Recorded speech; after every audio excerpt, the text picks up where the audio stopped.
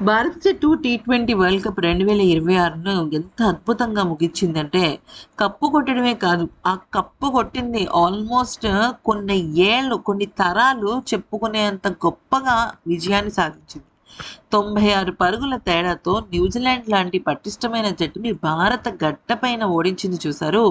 ఇది కదా అసలైన విజయం అంటే. అయితే కరెక్ట్‌గా మీకు గుర్తున్నట్టయితే 2024 వరల్డ్ కప్ మన భారత జట్టు గెలిచిన తర్వాత రోహిత్ శర్మ, విరాట్ కోహ్లీ పక్కపక్కనే టీ20 ఫార్మాట్‌కు గుడ్ బై చెప్పేశారు. ఆ తర్వాత కెప్టెన్ ఎవరు? కెప్టెన్ ఎవరు? కెప్టెన్ ఎవరు? అని చాలా అంటే చాలా సస్పెన్స్ నడుమ సూర్యకుమార్ యాదవ్ టీ20 ఫార్మాట్‌కు కెప్టెన్ అయ్యాడు. నిజం చెప్పాలంటే అప్పటికి టెస్ట్ క్రికెట్‌లోనూ, వన్‌డే క్రికెట్‌లోనూ ఇంకా రోహిత్ శర్మ కొనసాగుతూనే ఉన్నాడు. కెప్టెన్‌గాను, ఆటగాడిగాను.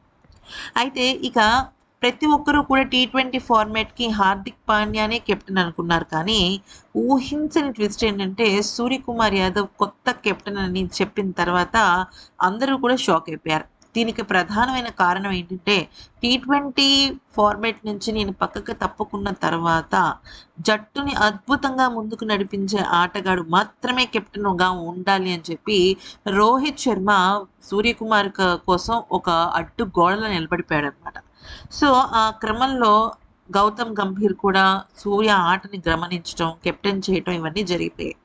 సరే ఇదంతా ఎందుకు అంటే, ఇక ఈ టీ20 వరల్డ్ కప్ 2026 గెలిచిన తర్వాత సూర్య ప్రయాణం అయితే ముగిసిందనమాట. ఏంటి అది అనేది కనుక చూస్తే, ఇది నేను చెప్పిన మాటో, ఇంకెవరో చెప్పిన మాటో కాదు.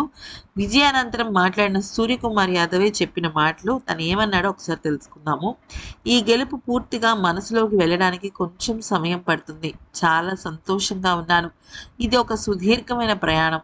2024 ప్రపంచ కప్ తర్వాత కెప్టెన్‌గా నా ప్రయాణం మొదలైంది. రోహిత్ భయ్యా, జైషా ఇద్దరూ కూడా నా పైన నమ్మకం ఉంచి జట్టును నడిపించే అవకాశం ఇచ్చారు. అక్కడి నుంచి మొదలైన ఈ ప్రయాణం ఈరోజు ఈ ప్రపంచ కప్ గెలవడంతో ముగిసింది.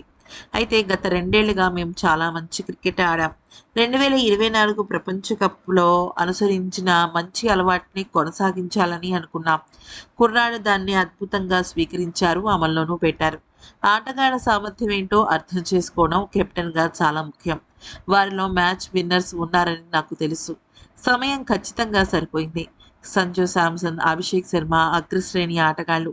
వారు ఏదో ఒక ప్రత్యేకత చేస్తారని నాకు నమ్మకం ఉంది.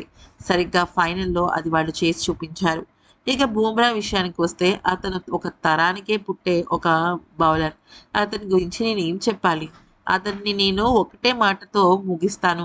అదేంటంటే అతను ఒక దేశ సంపద. అతను లేకపోతే బహుశా మేమందరం లేమేమో అనిపిస్తుంది. అతనిలాంటి ఆటగాడు ఉన్న జనరేషన్‌లో మేమందరం కూడా ఆడటం నాకు చాలా హ్యాపీగా అనిపిస్తుంది. ఈ విజయాన్ని నేను ఎలా పూర్తి చేయాలో అలాగే పూర్తి చేశాను. విజయాన్ని చాలా ఎక్కువగా ఆస్వాదిస్తున్నాను. ఈ రంగంలో అతను అంటే జస్ప్రీత్ బుమ్రా చాలా అత్యుత్తమ ఆటగాడు. తనకి ఏం చెయ్యాలి, ఏం చేయకూడదనే విషయం చాలా స్పష్టంగా తెలుసు.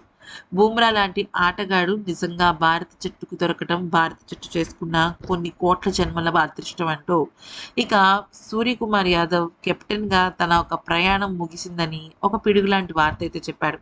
2024లో ఏకంగా రోహిత్ శర్మ టీ20 ఫార్మాట్‌కే తను గుడ్ బై చెప్పేసి రిటైర్మెంట్ ఇస్తే, ఈసారి సూర్య కెప్టెన్‌గా నా ఆట ముగిసింది అని చెప్పేసి చెప్పడం కొద్దిగా అభిమానుల్ని బాధించిన విషయమే అయినప్పటికీ కూడా, ఇంత అద్భుతమైన టీ20 వరల్డ్ కప్ సాధించిన తర్వాత ఇదొక రకంగా చెప్పాలి అంటే ఓకే. తను కెప్టెన్‌గా పక్కకెళ్ళిన ఆటగాడిగా ఉంటాడు కదా! అనేది మనకు అర్థమవుతుంది. ఈ వీడియో గనుక నచ్చితే లైక్, షేర్ అండ్ సబ్స్క్రైబ్.